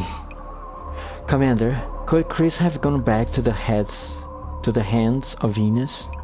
My god, can I read one single sentence without just tripping over the words? You're right. He went back to look for... You're saying... Oh my god. You're saying... He went back to look for Lieutenant Iska?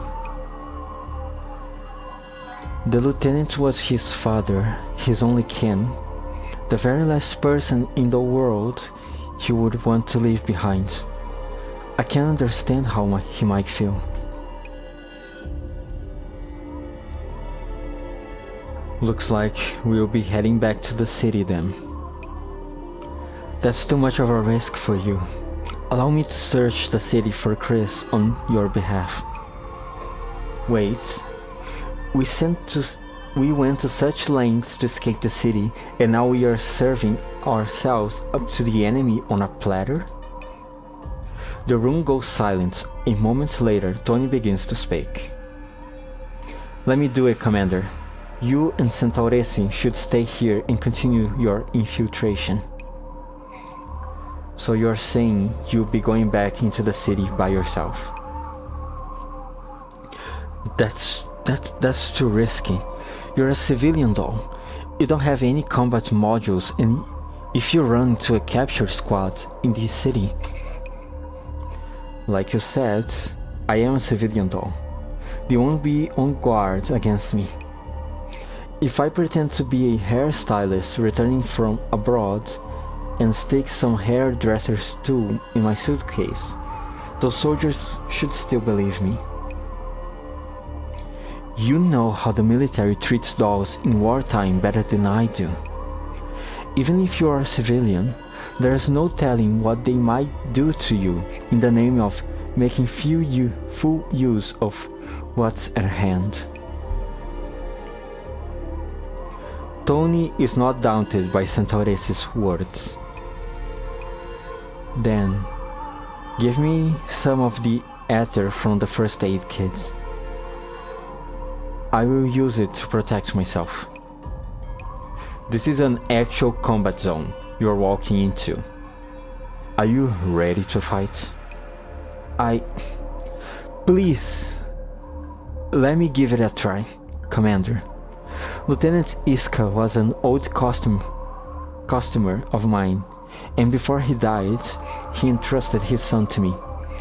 I couldn't keep my earlier promise to him.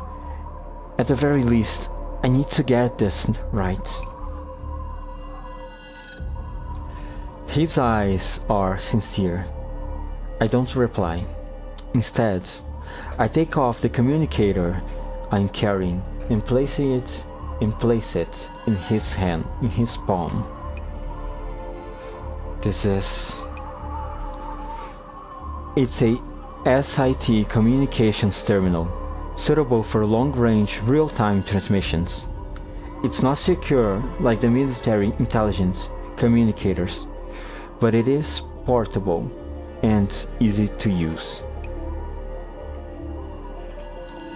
You're giving this to me? But then you... Centauressi has one more. This way, you can keep in contact with the safe house. Please, focus on keeping yourself safe and contact us immediately if there is an emergency. Yeah, I understand. The blizzard halts briefly, and the light of dawn shines through it. Both the land and the sky are an expanse of white. Oh my god, back to the battlefield. How wonderful. Isn't it so cool? Isn't it so awesome that you have to go back to this hellhole because a little kid cannot control themselves? So cool.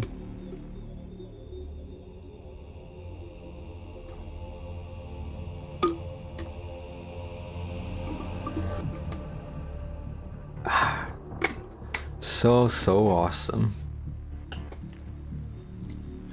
Tony leaves the safe house with his toolcase in hand.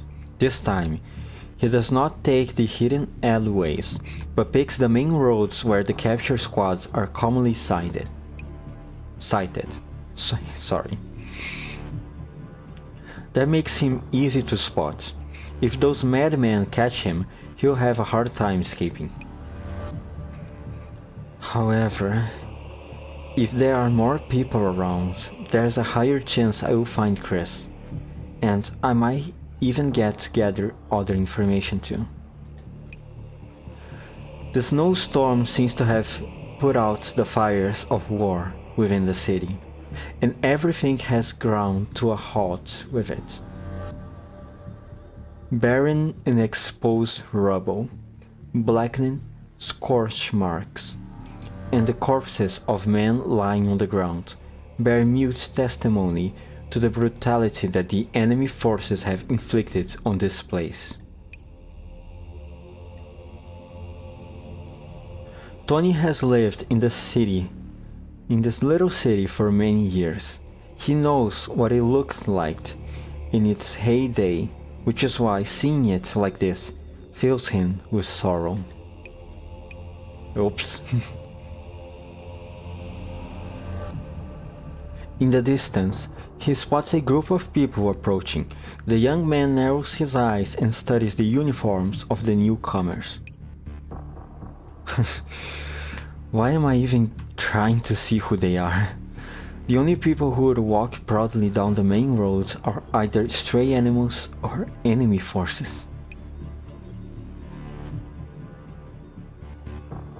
Worried that someone will follow his footprints back to the safe house, he quickly stamps out his trail on the snowy ground before ducking into a nearby ruin.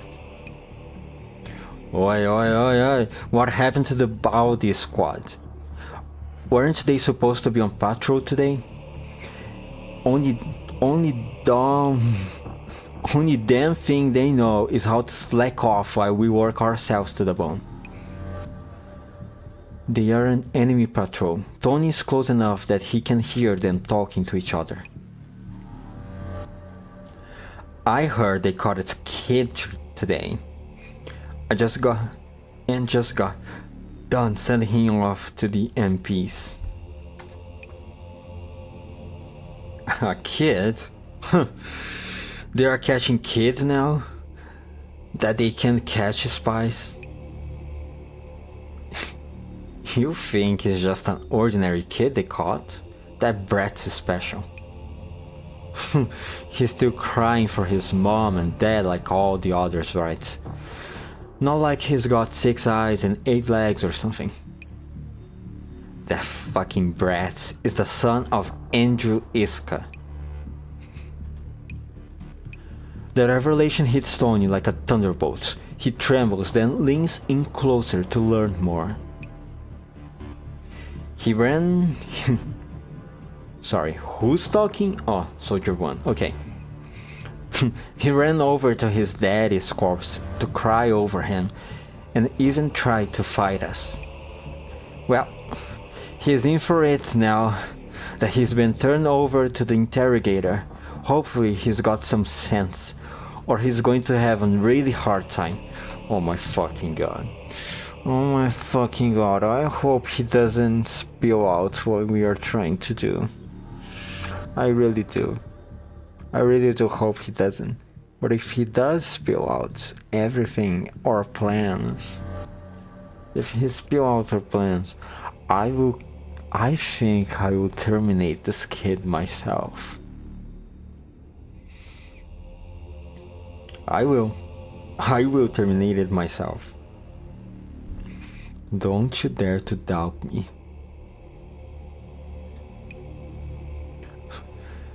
That guy could get confessions out of a stone. We are so fucked. How much trouble could a kid give him? Chris. He's been captured and brought back to the enemy base, and he's going to be questioned too? The capture squad slowly moves off into the distance. Tony does not bother following them. I need to contact the commander ASAP and get them to rescue Chris, but according to those soldiers, Chris seems to have been taken for questioning. He's just a 10-year-old boy. There's no way he can take a beating from an interrogator. And besides, the enemy base is so big. There's no way the commander and Centauresi can tell where a tiny little questioning room is. So how could they even rescue Chris? A bold plan hatches in Tony's mind. At the enemy camp, on the outskirts of the city. Despite the clear skies, the air is still as chilly as ever. The soldiers manning the watchtowers spot an unknown object approaching from the distance and alert the sentries at the gate. The sentries think it is an attack from the city's defenders, but it turns out to be a pink-haired doll that looks like a young man with an innocent, harmless smile on his face. Halt! Who goes there? Hello, sir. My name is Tony Anthony, a hairstylist, employed by your unit's colonel, here to help with his personal grooming. The colonel asked you to come here. Do you have an entry permit? I had one. You know how things are. Colonel's busy and doesn't have the time to worry about small fry like us. You had one? Which means you don't have one now? Then back the hell off. Where the blazes did you even come from? Think you can get into our camp? Ugh, that was horrible acting on my part. I'm very sorry. But sir... The enemy sentry is annoyed and shoves Tony, who stumbles to the ground with a pile of hairstyling tools. Bottles end up breaking in the fall and all manner of instruments are scattered over the snowy ground. For the first time, Tony realized just how kind the commander from the safe house was compared to these vicious sentinels. Looks like not everyone's as nice as the commander is. Grumbling aside, you would think he had been too naive. The original plan had been to sneak into the camp and find out where the interrogation room was, and maybe rescue Chris if he was lucky. But now, he has fallen at the very first fence. A watch falls from his pocket and into the snow.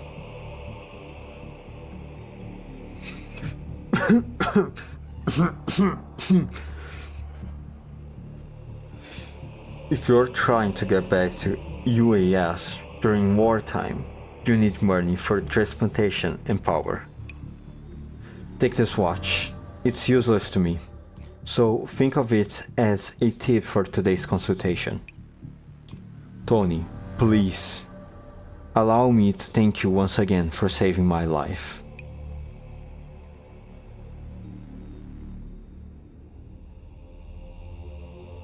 That's Lieutenant Iska's watch. I can give the sentries the watch and bribe my way in. No, wait. What the fuck are you doing here, asshole? Are you deaf? Actually, I had something to report directly to the colonel, but since you don't want me around, it can be helped. What the hell do you mean by that? Tony gathers up his fallen bottles and dusts the snow off himself before slipping the sentry the watch.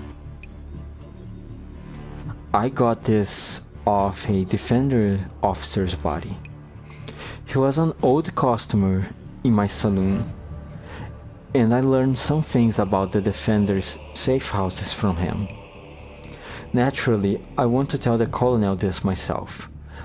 I would be worried about it going through someone else. The sentry carefully studies the watch. Its carving and designs are too complex for him to understand, but he does recognize the inscription on the back, which states when its owner joined the army. After verifying that Tony is just an ordinary civilian doll, the soldier thinks carefully about it for a long time before annoyedly tossing the watch to Tony. Fine, get your ass inside. Thank you, sir.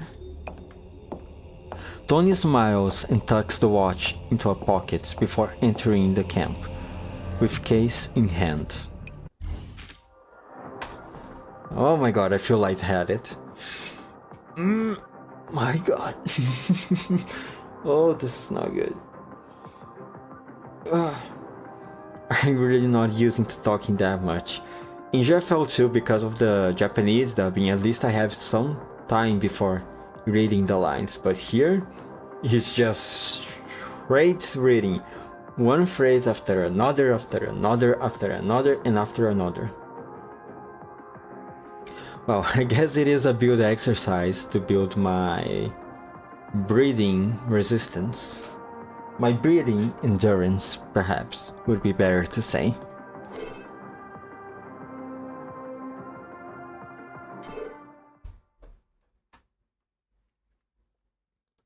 Some time ago. The snow slowly melts under the sunlight, revealing the soldiers buried within the grass. Some of them are young, some of them are old, some of them have faces filled with anger and indignance at their death, while others are merely resentful at their painful expiration. Chris' heart aches as he runs past the silent gravestones. Dad.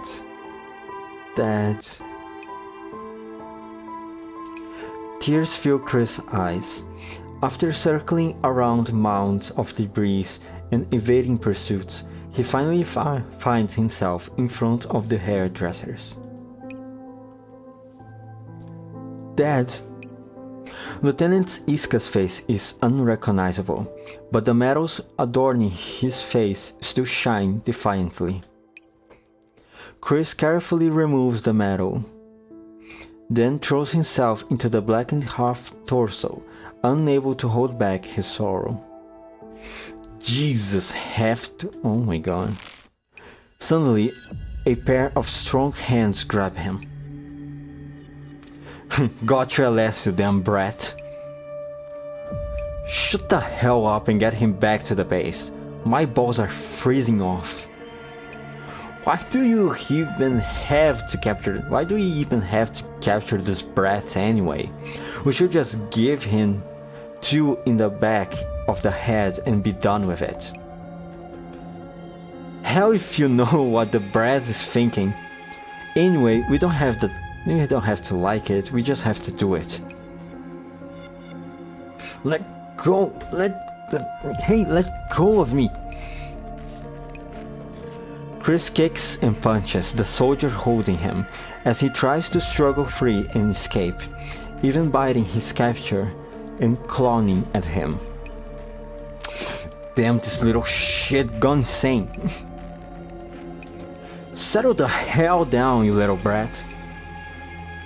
A gun butt studs heavily into Chris' neck, and he goes limp. The soldiers tie him up and drags him back to the camp behind them.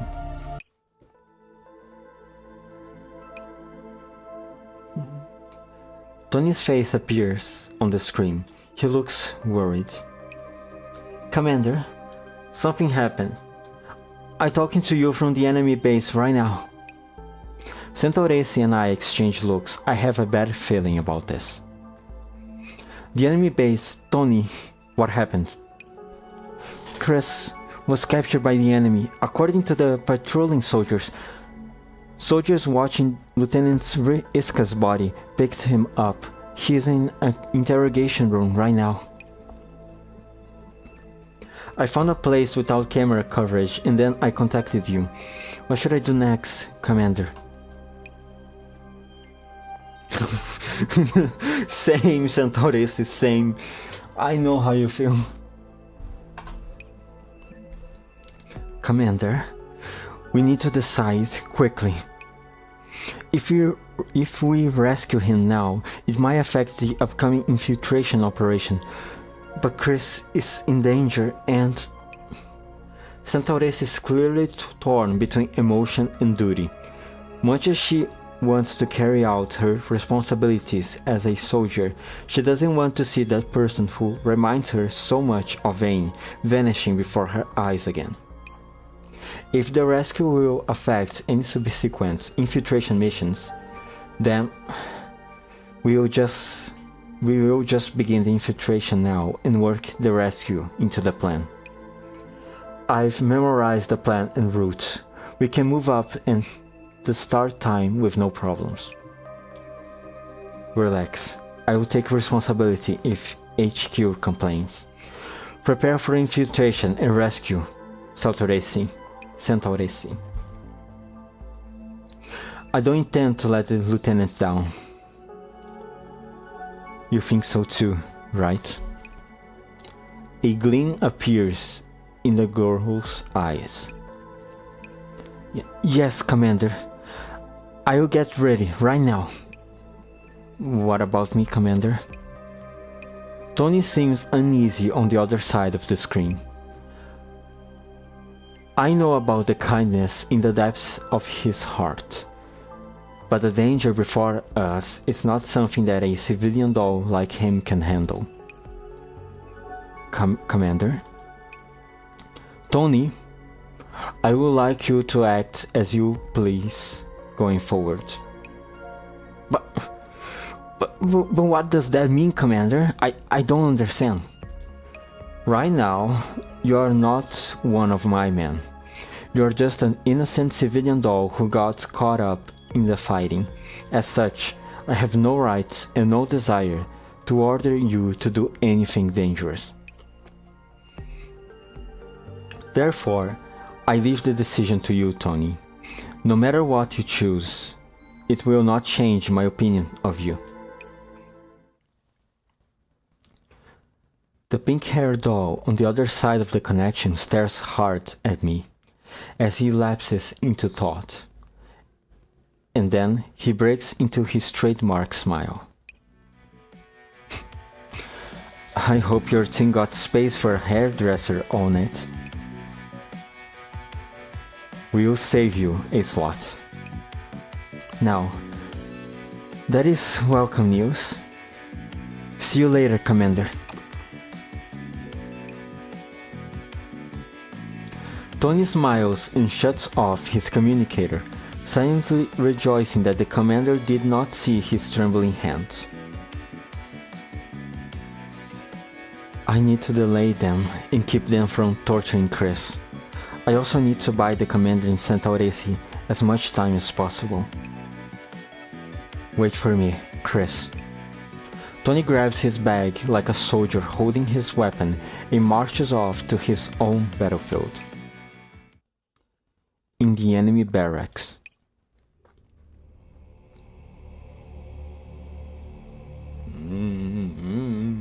Ominous music. The barracks haven't been like this in a long time. There are countless off-duty soldiers of all ages lined up in front of an ordinary dorm room. The occasional passerby walking down the corridor turns in curiosity to look inside. Oi, what's going on?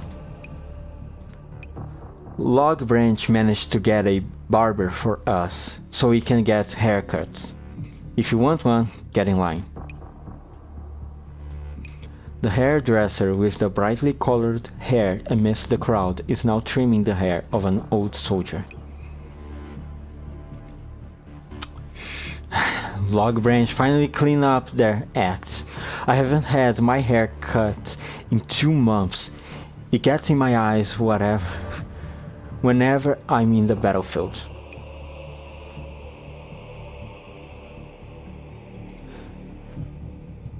This is the first time I've let a doll cut my hair, and frankly speaking, you're really good at this.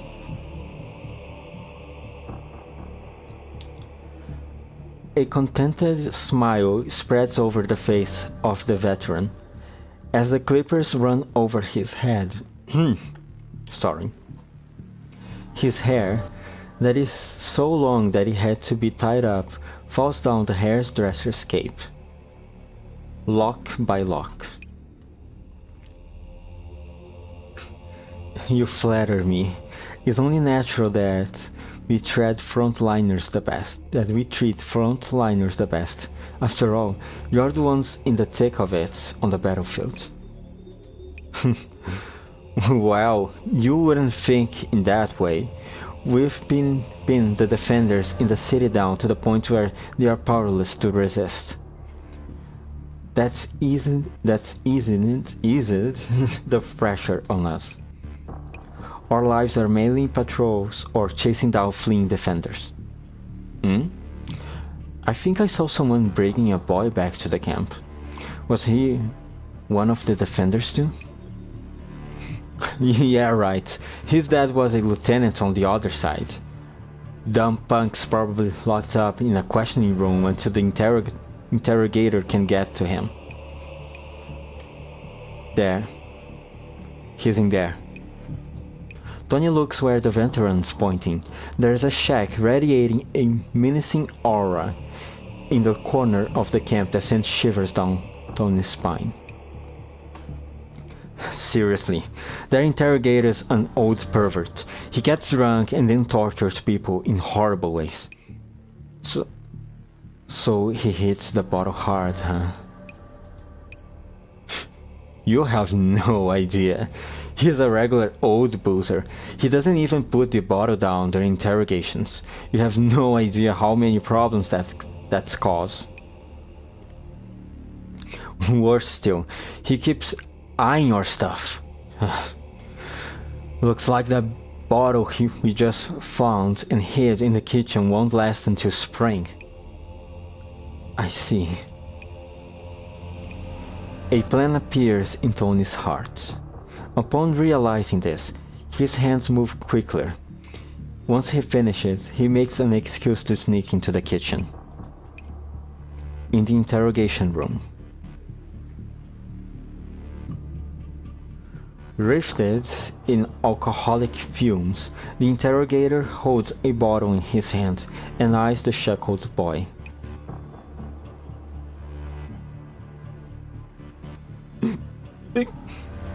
Chris, Iska, is that it?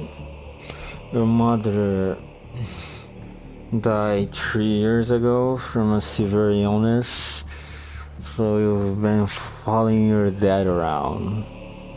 Lieutenant Andrew Wiska. Your father was a real pain in the ass. We lost like dozens of men to get rid of him. Fucker took his fair share of people with him. That's the way things go, right? Before he died, your dad apparently contacted Defender HQ. We are interested in knowing what he said. Chris says nothing, only glaring angrily at the interrogator. The man chuckles and takes a swing from his bottle.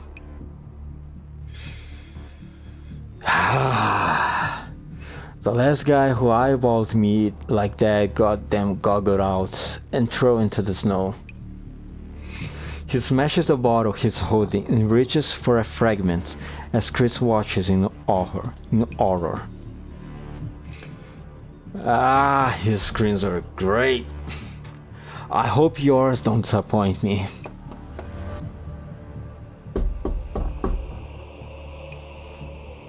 A series of hurried raps on the door interrupt the interrogator's excitement. Who stupid bastard is running my fun? An elegant male voice answers him. Greetings, sir. I am the hairdresser sent by Log Branch. I was asked to attend to you today. Well, you can take a long walk off a short bridge. The further the better.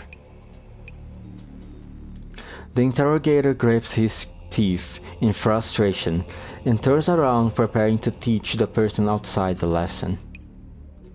He is met by Tony, whose eyes are twinkling to match his irradiating smile.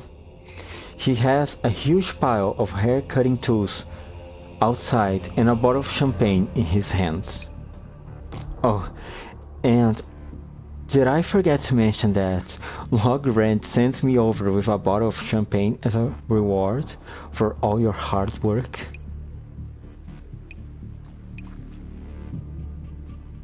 Upon hearing the familiar voice, Chris jerks his head toward the door. Chris, please control yourself. Don't show that much emotion. Okay, this is a very, very delicate situation, alright? Oh, so they sent booze.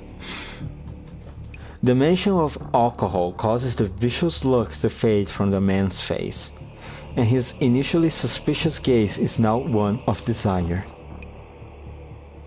Well, come on in then. Who knows what the hell those people in Log Branch are up to? Army Logistics asked me to give the soldiers a haircut. As you know, the situation's been tense for the past few months, and everyone's only just been able to catch their breath recently. Yeah, there's a big op coming up soon. We haven't been able to rest properly this past few days. The old drunk takes the bottle of champagne from Tony and soon becomes fascinated by it. Once the man's attention is diverted, Tony winks at Chris and gestures to him to keep quiet. Not bad, not bad. They got good taste in drinks. Thank you, sir. Now then, could you help me out regarding the haircut thing? I've got a quota to meet myself. The interrogator is clearly unhappy, but in the end he signals for Tony to enter anyway. Tony soon has his tools laid out on the table and invites the other man to sit down on the uncomfortable-looking chair. Make it quick, I still have to question this spunk over there. Of course, sir. Tony lightly massages the man's face, and after he relaxes, he takes a towel out of the box he's carrying. Allow me to wipe your face with this hot towel. You pro dolls are different after all. Back in my day, all we had was water and soap. The warm, damp cloth touches his darkened skin. The interrogator is only semi-conscious, but his long years of experience immediately allow him to sense the different smell coming from the towel. Chloroform? Is that it? What the? Tony does not panic just because he's been found out. He simply holds down the man's arms with his own to keep him from struggling while pressing the cloth tightly to the man's nose and mouth.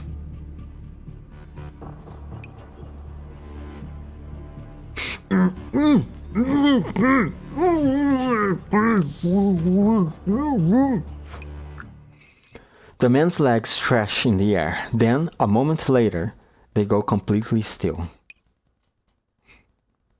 I didn't expect the ether from the safe house to be so useful. Oh, it was the ether, not chloroform. Alright. Ether. Is ether lethal? Is it lethal? I have no idea. Actually, you know what? Let me search later. I'm running short on time right now. The brief struggle just now was almost enough to overload his civilian neural cloud. After coming to his senses, Tony immediately moves up to Chris and frees him. Big bro Tony, what are you doing here? Ow! Tony pinches Chris' cheeks in annoyance and sighs. Oh, I would slap him. I wouldn't have stopped on just a pinch. I would slap his face. Tony is a very kind man indeed. I was chasing after you, of course. Look, I know you're sad about the lieutenant, but you shouldn't... Tony can go on after looking at the guilty expression on Chris' face. Forget it. Not like it's going to help now anyway. I can't leave the same way I came in with you around. All we can do is hope that the commander in CENTAURESS'S rescue us soon. Winter nights are always long. The cold rays of the morning sun have only just pierced the cloud cover, but are halted outside the high walls of the camp. These spiked walls are over a dozen meters tall, and they are the first obstacle to infiltrating the camp. Thanks to CENTAURESS'S, I keep mispronouncing her name over and over again, I'm sorry. CENTAURESS'S grappling hook and optical camouflage, we managed to silently bypass it. Tony sent a set of coordinates. He said he found Chris and the two of them are in the interrogation room. They are safe for now. Send them a message. Tell them to stay put and not alert the enemy. We'll head over and meet up with them. Yes, sir. Shh! Someone's coming. Centauresses senses the enemy approaches and doubles back, pushing me into a little storeroom nearby. Just as we finish hiding ourselves, several soldiers enter the warehouse and offload several cartloads of cargo and tools. Are they moving something to the warehouse? Hurry up! Don't drag your feet. These shells are going to be shipped out soon. Relax, man. It's not like we can move such a huge batch at once. Come off it. If you can't do it, then I will... Then...